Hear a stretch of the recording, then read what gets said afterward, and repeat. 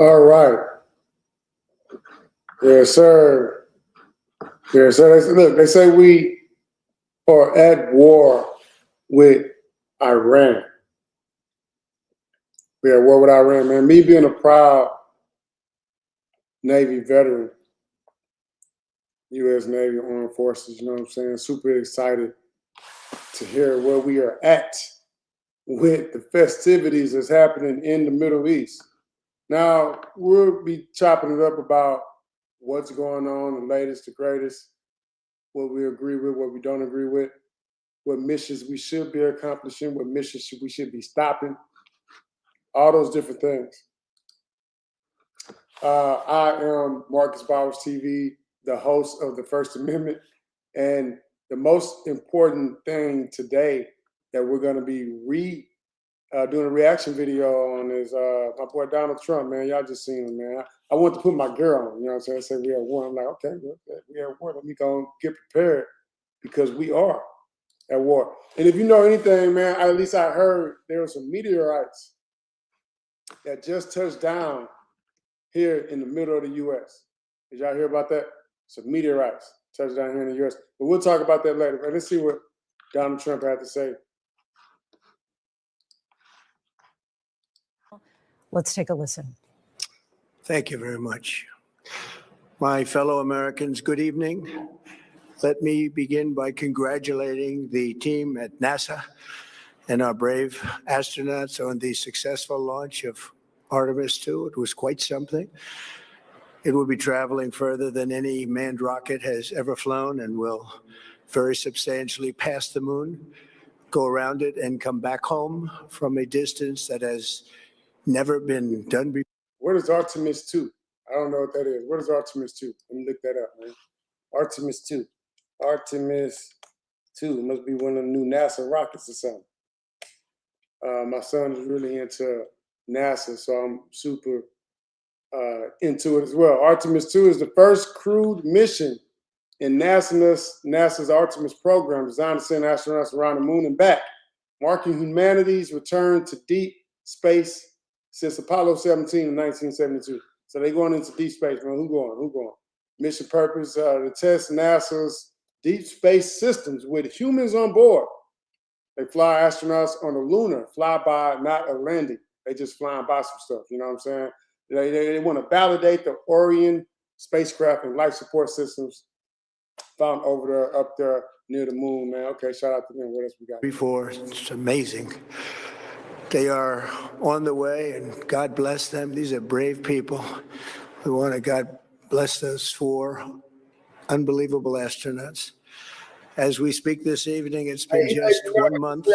He talking about astronauts because he letting y'all know where we going.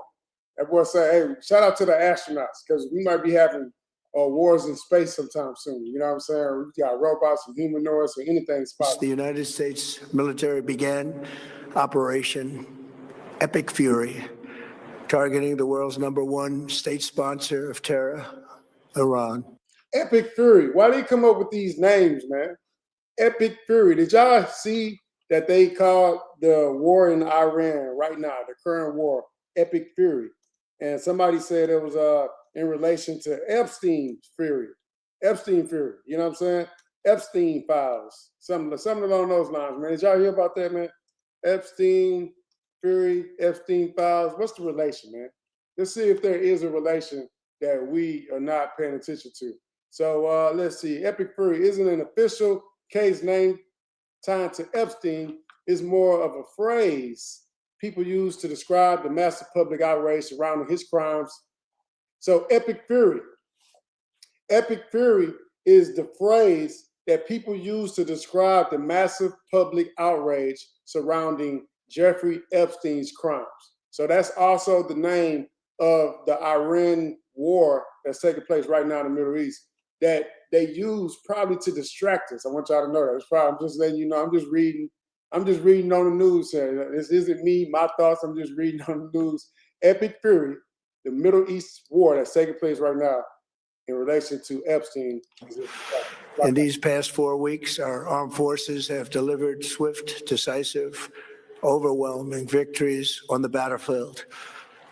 victories like few people have ever seen before. Tonight, Iran's Navy is gone. Their Air Force is in Hey, ruins. I was in the Their Navy. leaders. I was in the Navy, man. When I saw what they did to Iran's Navy, Iran's military, blowing up all those ships and everything, man, that's no easy task. That's not something that you can just do overnight. So shout out to Donald Trump for actually doing that. That's something I'm in agreement with, man. If you can take out these people's navies, because think about what our navies are doing. If you think about what our Navy is doing, just think about what they wish their Navy could do. They wish their Navy could go across the ocean to the other side of the world, to somebody else's land, and wreak havoc and wreck shop, just like what our aircraft carriers are doing. So again, shout out to Donald Trump and his administration for knocking that out, man. Let's see what else he's talking about. Them, terrorist regime they led are now dead. Their command and control of the Islamic Revolutionary Guard Corps is being decimated as we speak. Their ability to launch missiles and drones is dramatically curtailed, and their weapons, factories, and rocket launchers are being blown to pieces. Very few of them left. Never in the history of warfare has an enemy suffered such clear and devastating large-scale losses in a matter of weeks. Our enemies are losing, and America, as it has been for 5 years under my presidency, is winning, and now winning bigger than ever before. Before discussing this current situation, I also want to thank our troops for the masterful job they did in taking the country of Venezuela in a matter of minutes. That hit was quick, lethal, violent, and respected by everyone all over the world. After rebuilding our military during my first... I think that we thought that Iran was going to be similar to Venezuela. We thought we was going to be able to swarm up in there in the middle of the night, knock out a couple of leaders, take some oil barrels, and then get back to the U.S. and act like nothing ever happened. Unfortunately, it ain't going down like that in the Middle East, man. Them boys. First term, we have by far the strongest military anywhere in the world. And now we're working along with Venezuela and are, in a true sense, joint venture partners. We're getting along incredibly well in the production and sale of massive amounts of oil and gas, the second largest reserves on Earth after the United States of America. We're now totally independent of the Middle East, and yet we are there to help. Now, when I heard this, when he just said this during his presidential address, he pointed out the fact that the United States has the largest oil reserves in the world. Okay. Shout out to us. You know what I'm saying? Oil and gas industry. I wish I was a part of that. I'm a part of the hair industry instead, though. So shout out to the hair industry as well. Another billion-dollar industry. That oil, that's trillion and zillions, though. I'm trying to get to that level, right? Now, Venezuela has the second largest reserves when it comes to oil in the world. That's what he said. I'm sure the Middle East got to be 2.5 or something. You know what I'm saying? 2.5, third place, something like that. Now, knowing that Venezuela has oil reserves too, from what I read, Venezuela's oil reserve isn't as refined as our oil or the Middle Eastern oil. You got to take it through so many other refinery states before it's actually usable. So, boom, you get the Venezuelan oil, it's going to cost you a little bit of money in order to bottle it up and make it usable for all the other products and things like that. Now, I know for a fact that the United States don't like using our own oil. We don't want to use our oil. We always go everywhere else, borrow their oil, take their oil, buy their oil. So that way, in a time of war just like this, we don't have to depend on somebody else's oil making it to us at a time like this. Exactly what we're going through. So shout out to all the presidents that came before by allowing and keeping us with the oil reserves that we got beneath us right now. You know what I'm saying? Keeping a little bit of oil here and there just in case we go to war. We don't have to be there. We don't need their oil. We don't need anything they have, but we're there to help our allies. Tonight, I want to provide an update on the tremendous progress our warriors have made in Iran and discuss why Operation Epic Fury is necessary for the safety of America and the security of the free world. From the very first day I announced my campaign for president in 2015, I have vowed that I would never allow Iran to have a nuclear weapon. This fanatical regime has been chanting death to America, death to Israel for 47 years. Their proxies were behind the murder of 241 Americans in the Marine barracks bombing in Beirut, the slaughter of hundreds of our service members with roadside bombs. They were involved in the attack on the USS Cole, and they carried out the countless other heinous acts, including the just horrible, bloody atrocities of October 7th in Israel, something that most people have never seen anything like it. This murderous regime also recently killed 45,000 of their own people who were protesting in Iran. 45,000 dead. For these terrorists to have nuclear weapons would be an intolerable threat. The most violent and thuggish regime on earth would be free to carry out their campaigns of terror, coercion, conquest, and mass murder from behind a nuclear shield.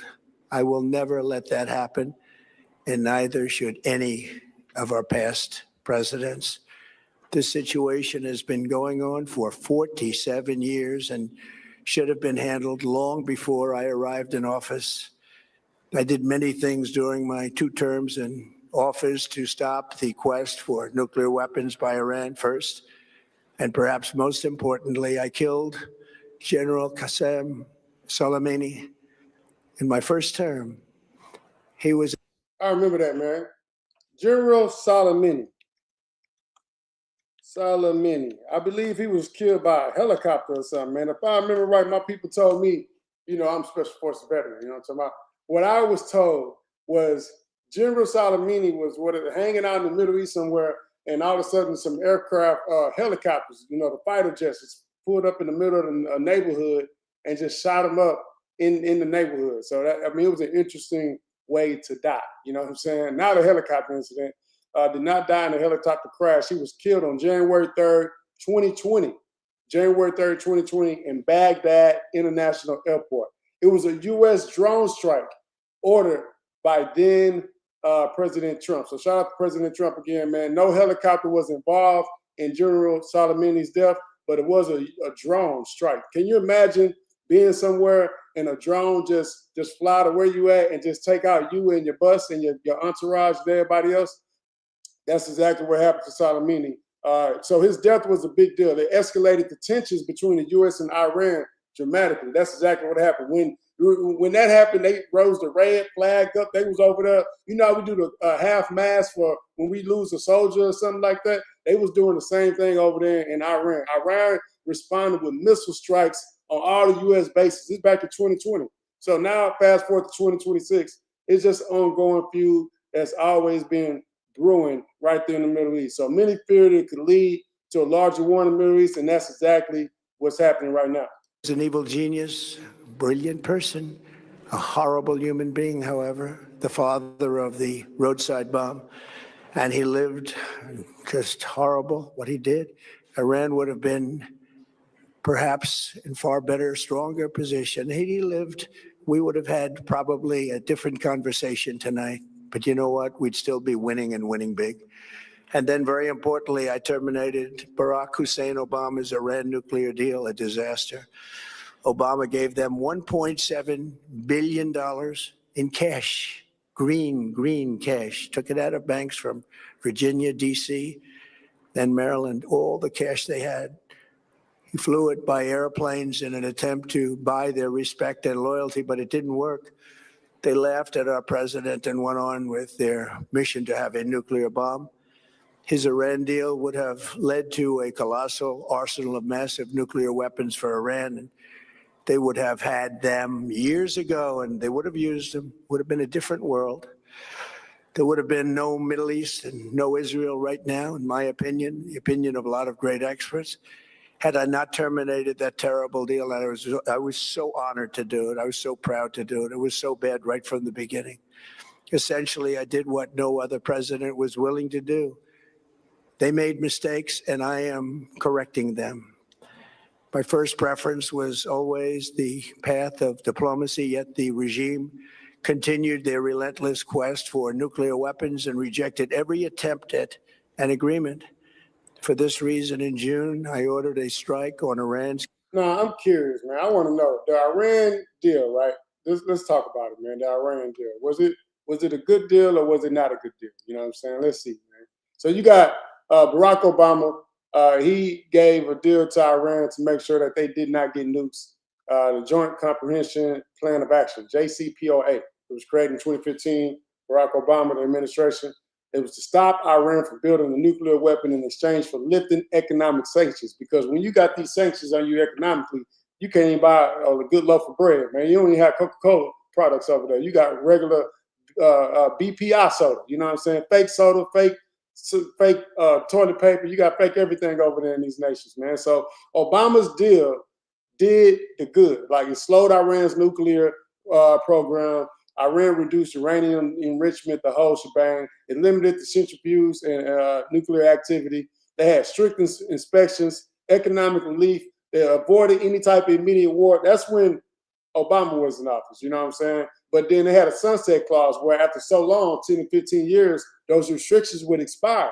So a lot of people knew that, at least the critics said that Iran, they could just go wait. They can wait about 10, 15 years, and next thing you know, they're going to have some bombs and nuclear bombs like everybody else, right? But the deal didn't address everything. It didn't address like ballistic missiles and everything else that Iran had as far as outside bases like Iraq and Syria and Yemen and all the whole nine, right? So Trump canceled it in 2018. So Obama signed the deal in 2015, and Trump came in and canceled it in 2018. He withdrew the U.S. from the deal. Why? He just called it a bad deal. He said it was too lenient. He believed it empowered Iran way too much economically. He wanted a broader deal covering missiles and regional activity. Like the pros in Trump of Trump canceling the deal, it maximized the pressure. You know what I'm saying? The boys couldn't do nothing. They tried to force a better deal. They tried to renegotiate stricter terms. They tried to do all that, and Trump ended up canceling the deal in full. Key nuclear facilities and Operation Midnight Hammer. Nobody's ever seen anything like it. Those beautiful B-2 bombers performed magnificently.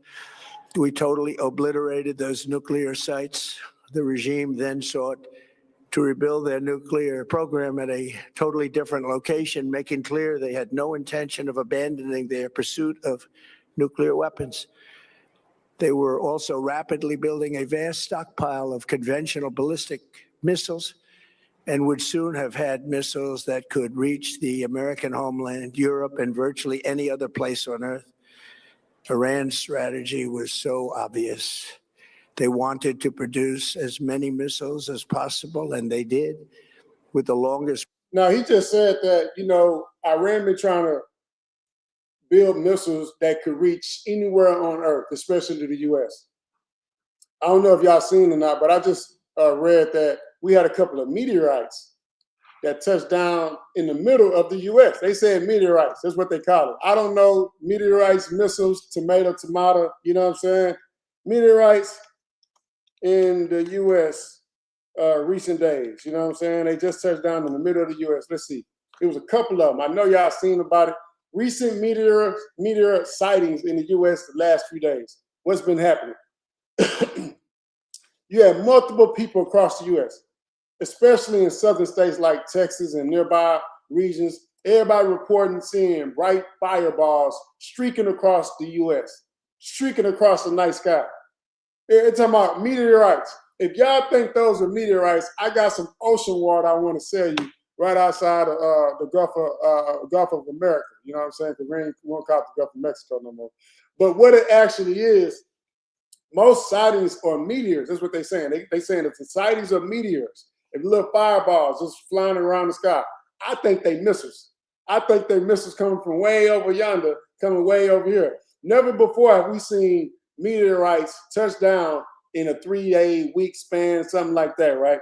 I think the last couple of days, we actually had meteorites touch down right here in America. Let's see, what days was it? What states, what cities did the meteorites touch down in recently? Let's see, man. Let's see what they tell us. What cities were there? What cities were there? American Meteor Society, Texas. High activity recently. You got Texas, of course, Houston, Dallas, and then you got Florida. Bright fireballs reported moving fast across the sky, often seen in the evening hours. In Florida, you have multiple witnesses reported green and blue glowing meteors, a sign of minerals burning.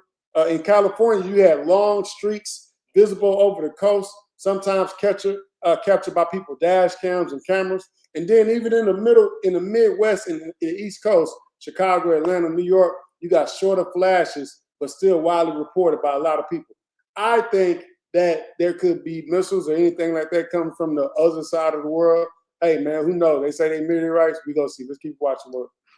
Range possible, and they had some weapons that nobody believed they had. We just learned that out. We took them out. We took them all out so that no one would really dare stop them. And they're raced for a nuclear bomb, a nuclear weapon like nobody's ever seen before. They were right at the doorstep. For years, everyone has said that Iran cannot have nuclear weapons, but in the end, those are just words if you're not willing to take action when the time comes. As I stated in my announcement of Operation Epic Fury, our objectives. Don't forget, Epic Fury it stems from Epstein's fury. Epic Fury, they're trying to, you know what I'm saying, distraction. Are very simple and clear. We are systematically dismantling the regime's ability to threaten America or project power outside of their borders. That means eliminating Iran's Navy, which is now absolutely destroyed, hurting their Air Force and their missile program at levels never seen before, and annihilating their defense industrial base. We've done all of it. Their Navy is gone. Their Air Force is gone. Their missiles are just about used up or beaten. Taken together, these. Again, man, when I heard this good news, I mean, again, I don't want to see anybody dying. I don't want to see any bodies dropping, but I don't mind seeing equipment being blown up. And when you get a chance to blow up somebody else's military equipment, aircraft, carriers, ships, submarines, hey, man, go and knock it out. Because if you don't knock it out, they could eventually use those things on you. So shout out to Trump, all the men and women in uniform going over there in the Middle East, doing their part, making sure that we're blown up, whatever it is that they can use against us. So shout out to that. Actions will cripple Iran military, crush their ability to support terrorist proxies, and deny them the ability to build a nuclear bomb. Our armed forces have been extraordinary. There's never been anything like it militarily. Everyone. Y'all agree with the war, man? Let me know in the chat, man. Say yes or no. Give me a Y, give me an N, give me a fire emojis. I want to know if you actually agree with this war. Is talking about it, and tonight I'm pleased to say that these core strategic objectives are nearing completion. As we celebrate this progress, we think especially of the 13 American warriors who have laid down their lives in this fight to prevent our children from ever having to face a nuclear Iran. Twice this past month, I've traveled to Dover Air Force Base, and it's been something. I wanted to be with those heroes as they return to American soil, and I was with them and their families, their parents, their wives, their husbands. We salute them, and now we must honor them by completing the mission for which they gave their lives. And every single one of the people, their loved ones said, please, sir, please finish the job, every one of them. And we are going to finish the job, and we're going to finish it very fast. We're getting very close. I want to thank our allies in the Middle East, Israel, Saudi Arabia, Qatar, the UAE, Kuwait, and Bahrain. They've been great, and we will not let them get hurt or fail in any way, shape, or form. Many Americans have been concerned to see the recent rise in gasoline prices here at home. The short-term increase has been entirely. Hey, gas prices have increased.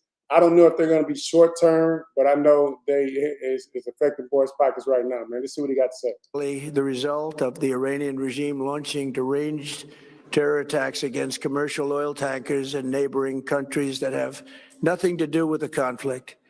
This is yet more proof that Iran can never be trusted with nuclear weapons. They will use them, and they will use them quickly.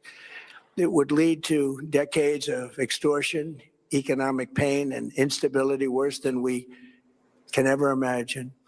The United States has never been better prepared economically to confront this threat. You all know that.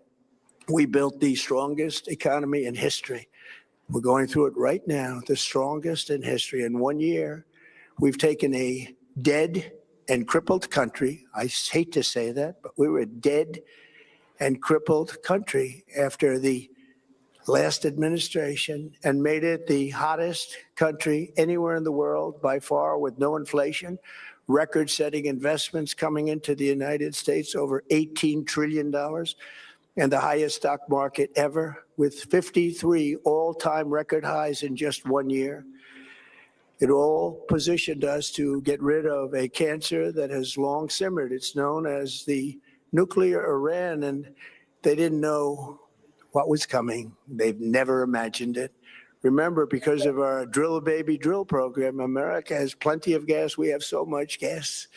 Under my leadership, we are #1 producer of oil and gas on the planet, without even discussing the millions of barrels that Drill, baby, drill.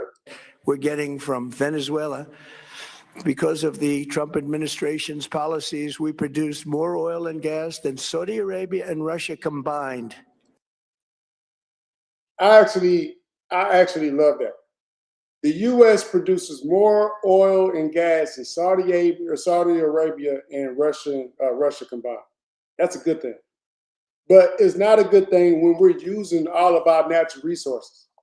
We don't want to use our natural resources, y'all. That's why we always going to other people's land and extracting their natural resources, so we don't have to use our own. We want to use everybody else's. We want to go take everybody else's. We want to go buy everybody else's instead of using our own. Yes, we can sell ours to them, but that's not what we want to do. We want to hold on to our oil and gas for as long as we can. We want to go take, borrow, and steal and buy everybody else's. We want to go take, borrow, and steal everybody else's minerals. All that, uranium. We don't want to use ours. We don't want to drill here. We want to drill there. Mess up their land. Mess up their fault systems underground. We don't want to do that here. So that's why when Trump was running against Biden many moons ago, and Biden was talking about the Green New Deal, and Trump was talking about drill, baby, drill, some people was against the drilling because we didn't want to drill here. We want to drill there. We want to go drill over there. Let's go take their oil and gas and natural gas and all their natural resources. We don't want to drill and mess up our land here. So just kind of keep that in mind, man. But shout out to all of them. Think of that, Saudi Arabia and Russia combined, and that number will soon be substantially higher than that. There's no country like us anywhere in the world, and we're in great shape for the future. The United States imports almost no oil through the Hormuz Strait. And I'm going to say it again. The fact that we don't import any oil, almost, that's what he said, almost. He didn't say any. We definitely got some oil coming from the Middle East. But he's saying that we don't import any oil from that Hormuz Strait. Let's see what he's about to say, though. Won't be taking any in the future. We don't need it. We haven't needed it, and we don't need it. We've beaten and completely decimated Iran. They are decimated, both militarily and economically and every other way. And the countries of the world that do receive oil through the Hormuz Strait must take care of that passage. They must cherish it. They must grab it and cherish it. They can do it easily. We will be helpful, but they should take the lead in protecting the oil that they so desperately depend on. So to those countries that can't get fuel, many of which refuse to get involved in the decapitation of Iran, we had to do it ourselves. I have a suggestion. Number one, buy oil from the United States of America. We have plenty. We have so much. And number two, build up some delayed courage. Should have done it before. Should have done it with us, as we asked. He said, get some balls, man. Get some balls, man, is what he's saying. Some delayed courage. He's being nice about it. If you're on the other side of the world and you mad about what's going on with the straits, then you do something about it, like the U.S. is. Get some Go balls. to the strait and just take it, protect it, use it for yourselves. Iran has been essentially decimated. The hard part is done, so it should be easy. And in any event, when this conflict is over, the strait will open up naturally. It'll just open up naturally. They're going to want to be able to sell oil because that's all they have to try and rebuild. It will resume the flowing, and the gas prices will rapidly come back down. Stock prices will rapidly go back up. They haven't come down very much, frankly. They came down. I want y'all to know one of my new favorite words too is decimate. You know what I'm saying? When I see somebody ugly, I'm like, hey man, your face look decimated, man. You know what I'm saying? Like decimated, to destroy a large portion of something. Like somebody destroyed your face, caused severe damage to your face. You know what I'm saying? Your face looks decimated. A little bit, but they've had some very good days over the last couple of days. We've done actually much better than I thought, but we had to take that little journey to Iran to get rid of this horrible threat. With our historic tax cuts, where people are just now talking about receiving larger refunds than they ever thought possible. They are getting so much more money than they thought. That's from the great, big, beautiful bill. Our economy is strong and improving by the day, and it will soon be roaring back like never before. It will top the levels that it was a month ago. I've made clear from the beginning of Operation Epic Fury that we will continue until our objectives are fully achieved. Thanks to the progress we've made, I can say tonight that we are on track to complete all of America's military objectives shortly, very shortly. We're going to hit them extremely hard over the next 2 to 3 weeks. We're going to bring them back to the Stone Ages where they belong. In the meantime, discussions are ongoing. Regime change was not our... The Stone Ages. The Stone Ages. You know how crazy that sounds, man? That boy say he want to blow them to smithereens, man. Send them back to the Stone Ages where they belong. Oh, man. Hey, man. Our goal. We never said regime change, but... The Flintstones drove with their feet, y'all. The Flintstones drove with their feet. That's all I'm saying. I just want y'all to know that. Regime change has occurred because of all of their original leaders' death. They're all dead. The new group is less radical and much more reasonable. Yet if during this period of time no deal is made, we have our eyes on key targets. If there is no deal, we are going to hit each and every one of their electric generating plants very hard and probably simultaneously. If he hit the electric generating plants very hard and simultaneously, the power grid goes out. Ain't no food in the refrigerator, no Wi-Fi, no lights in the house, no AC in the Middle East.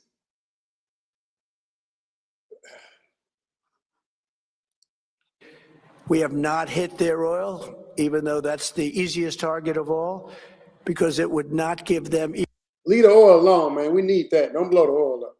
Even a small chance of survival or rebuilding. But we could hit it, and it would be gone, and there's not a thing they could do about it. They have no anti-aircraft equipment. Their radar is 100% annihilated. We are unstoppable as a military force. The nuclear sites that we obliterated with the B-2 bombers have been hit so hard that it would take months to get near the nuclear dust, and we have it under intense satellite surveillance and control. If we see them make a move, even a move for it, we'll hit them with missiles very hard again. We have all the cards, they have none. It's very important that we keep this conflict in perspective. American involvement in World War I lasted 1 year, 7 months, and 5 days. This actually made sense to me. What he's doing right now, he's going to tell you exactly how long a lot of these world wars or some of the battles actually lasted that America was a part of, and letting you know, like, hey, we've been in Iran for about a month. Chill out. You know what I'm saying? Give us some time to finish the mission that we set out to accomplish. Now, don't just I mean, yeah, you wasn't doing the most when we was at World War One, when it was 100, a year or two, or 2, 3 years, or however long it was. So that's what he pointed. World War II lasted for 3 years, 8 months, and 25 days. The Korean War lasted for 3 years, 1 month, and 2 days. The Vietnam War lasted for 19 years, 5 months, and 29 days. Iraq went on for 8 years, 8 months, and 28 days. We are in this military operation, so powerful, so brilliant, against one of the most powerful countries for 32 days. That's it. And the country has been eviscerated and essentially is really no longer a threat. They were the bully of the Middle East, but they're the bully no longer. This is a true investment in your children and your grandchildren's future. The whole world is watching, and they can't leave the power, strength, and brilliance. They just can't believe what they're seeing. They leave it to your imagination, but they can't believe what they're seeing, the brilliance of the United States military. Tonight, every American can look forward to a day when we are finally free from the wickedness of Iranian aggression and the specter of nuclear blackmail.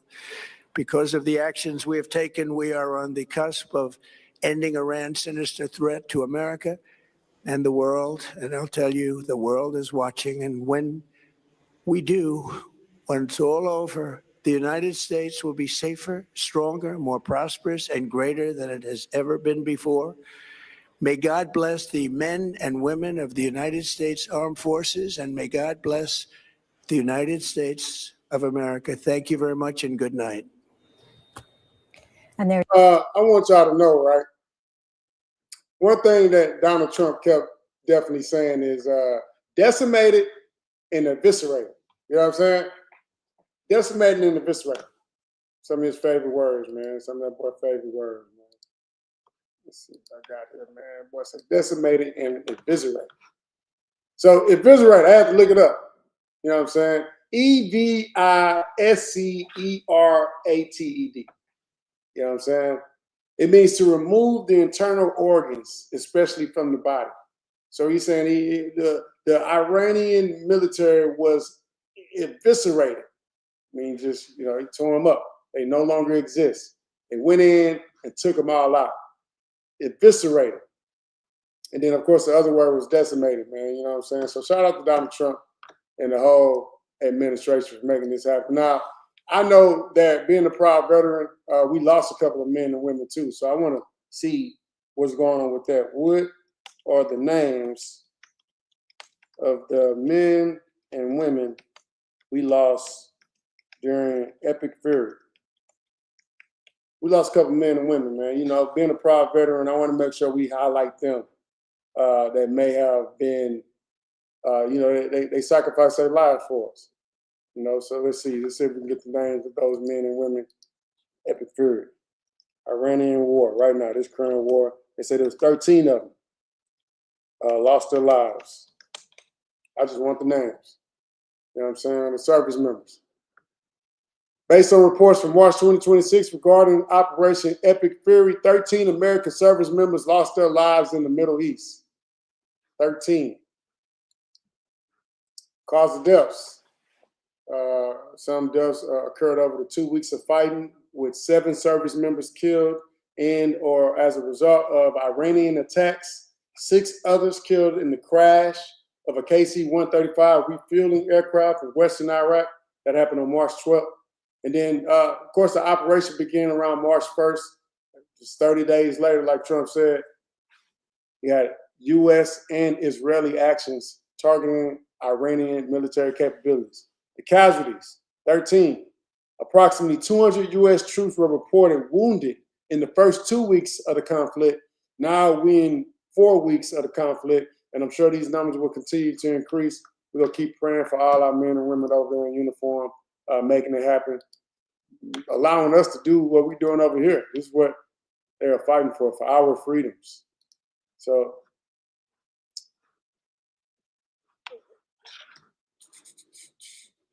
get out of here.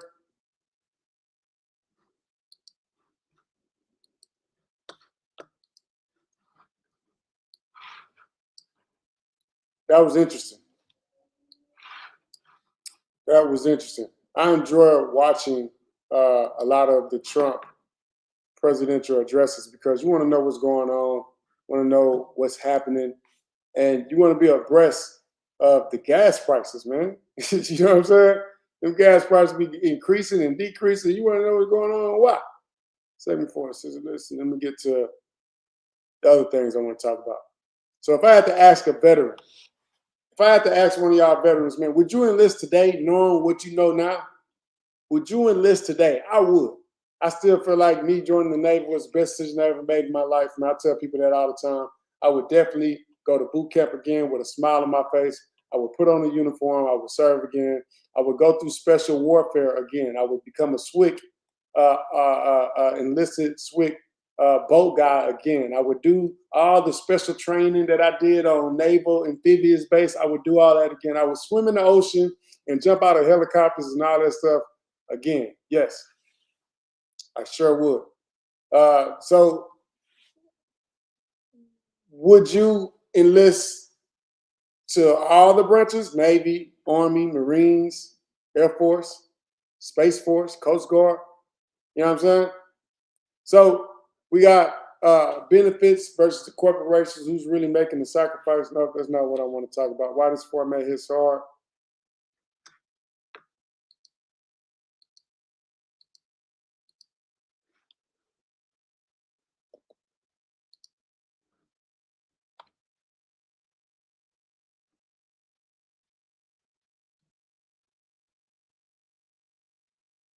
Five weeks in. We 5 weeks in, y'all. U.S. and Iran conflict. 5 years, 5 weeks in. So you got a bunch of veterans. I've been talking to a lot of veterans. They like, hey man, we ain't disagreements with the war. And then you got a lot of politicians that's like, nah, we for the war. And it's funny, the people that be in the uniforms normally be against risking their lives. And then it be the people with the suits and the ties on that be like, nah, let's go see what happens. You know what I'm saying? People fighting for oil and freedom. I just asked, would you re-enlist at a time like this? Or an even better question, would you send your kid to this war? Would you send your kid to this war? Probably not. You know what I'm saying? Probably not. I would not send my child to this war. I would not want my son or daughter fighting in this war. I want my son or daughter fighting the big bad wolf, the bullies. You know, I wouldn't want to go over there picking a fight. But we got our troops over there about to have boots on the ground. What about that? Do you agree with boots on the ground? How you feel about having boots on the ground? Boots on the ground. Should we have boots on the ground right now? Leave a comment. I'm about to shut this down, but I want to know how you feel about having boots on the ground. Would you enlist today knowing what you know now? Would you let your son or daughter go and fight in this war?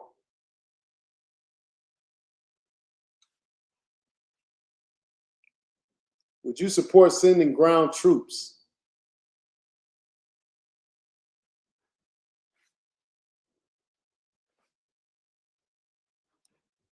I wouldn't. Not the ground troops, man. The drone troops, not the ground troops. We can send the drone troops, but not the ground troops, man. I do not want to send the ground troops, just the drone troops. Let's see, am I missing something here? I think I talked about everything I want to talk about today, man.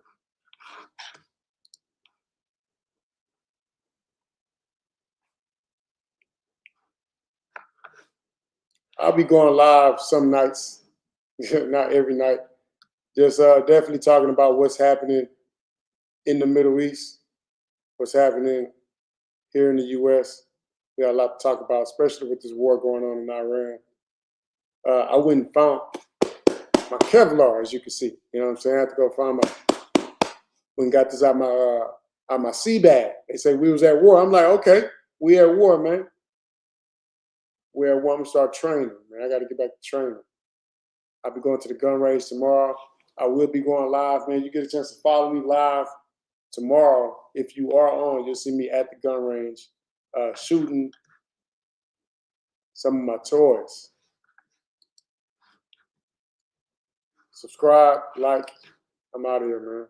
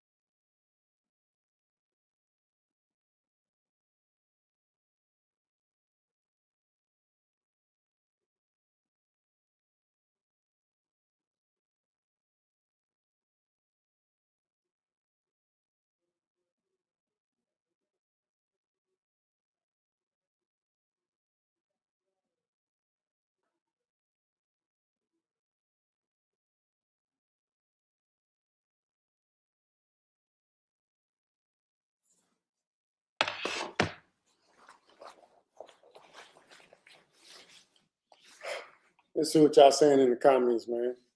See what y'all talking about in the comments, man. See what y'all talking about in the comments, man. Okay, man. Somebody said he does nothing but lie. Somebody said Obama didn't help us. We got one of the commenters said Iran has a charter to spread out by 2028. I have no idea what they're talking about. Veterans hate Trump. I don't know. I'm a veteran. I actually like Trump at a time of war. You know what I'm saying? He's a wartime president for sure. Bro, you're an idiot. How do you not know what asteroids are and meteors? This guy is a moron. I think he was talking about me. Said to my face. Why do people talk noise to people that got protective gear on? Like, why? I got shooting goggles on and stuff. Like, why would you even try to talk noise or even comment anything inappropriate to somebody that got on? Don't pretend don't pretend you're a veteran. That's stolen valor. Veterans love Trump. Somebody said, you're a creepy pedophile liar with a bunch of exclamation marks. Sir, carve his statue on the mountains, on the mountaintop. One of the best presidents in the United States of America, Mr. Trump president. Somebody gave me the laughing emojis. Delusional to say. Somebody put FDT. We know what that stands for. We know YG. YG, YG, man, you know what I'm saying? FDT. Fuck Donald Trump. I think I can say, can I say fuck? I can say fuck. I'm 43. I can say fuck.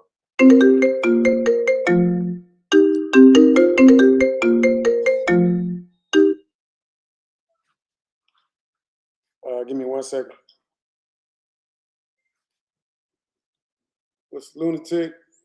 I wonder if this guy shits with his mouth and talk with his ass. You know how I know Jesus was black? It says in the Bible, he's going to come back like a thief in the night. All right, man, we done.